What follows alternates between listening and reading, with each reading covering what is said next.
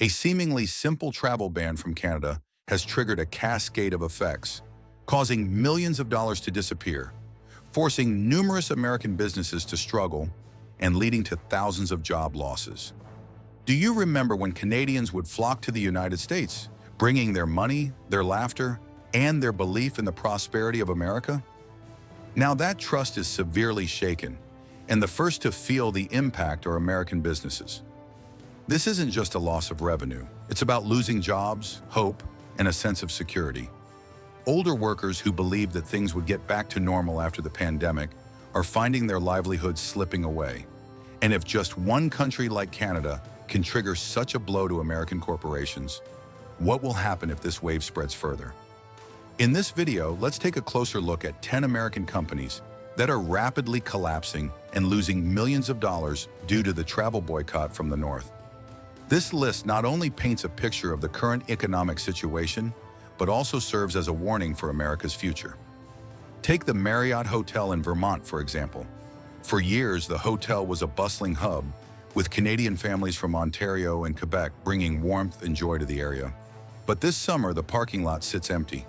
The reception desk, once filled with chatter and laughter, now echoes with silence.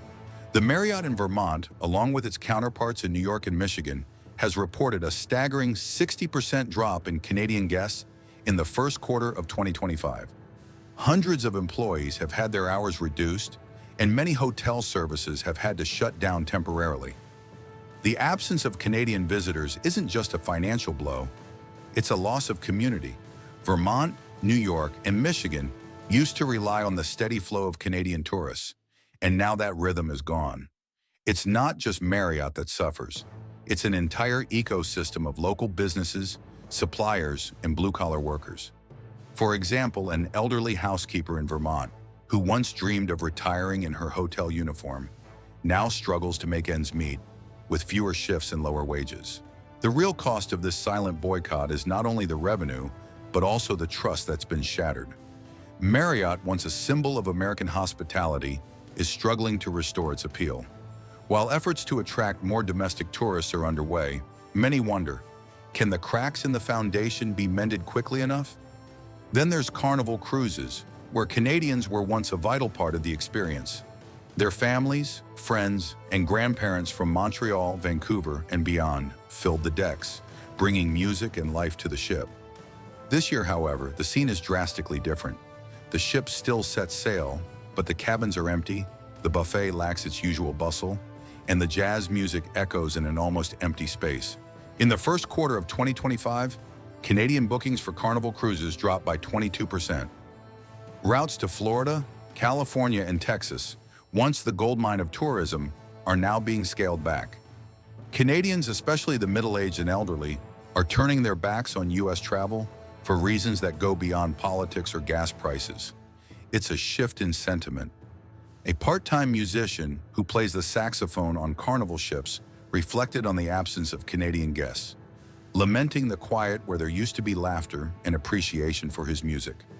The problem isn't about ticket prices or weather conditions, it's about trust. As Carnival looks to expand into Asia and South America, it must ask, can it sustain growth if even its closest neighbors no longer want to join?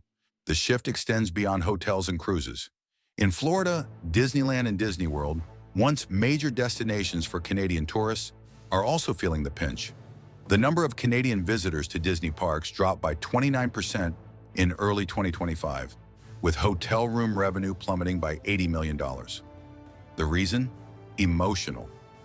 Many Canadians, particularly the middle-aged and elderly, no longer feel the U.S. is as safe or as welcoming as it once was. As a result, they've chosen other destinations like Paris over Orlando. This change has sent shockwaves through local economies in Orlando and Anaheim. Service staff, bus drivers, and hotel workers are facing reduced hours and even job losses. Many small businesses that relied on Canadian tourism have been forced to close earlier or scale back. The shift is clear. Canadians are seeking destinations that resonate with them emotionally, not just for their attractions. As a 58-year-old woman from Ottawa shared, her annual trip to Disney World with her granddaughter has been canceled. It's not about ticket prices or currency exchange rates. It's about a feeling of unease. And when people start to feel uneasy, entire industries feel the effects. Airlines like Delta are also grappling with the decline. Canadian passengers, once a major part of Delta's customer base, have decreased by 35% in the first quarter of 2025. Routes from Toronto, Vancouver, Montreal, and other cities are experiencing less frequent flights or cancellations. Delta's North American revenue dropped by $140 million in just 3 months. The issue isn't about lower ticket prices, it's about the experience. Many Canadian travelers have reported feeling unwelcome at U.S. borders, even when traveling for leisure. This has caused many to reconsider flying to the U.S., opting for destinations in Europe instead. The consequences extend beyond the airline industry. Staff hours are cut, pilots are switched to short-term contracts, and workers are seeing their benefits reduced.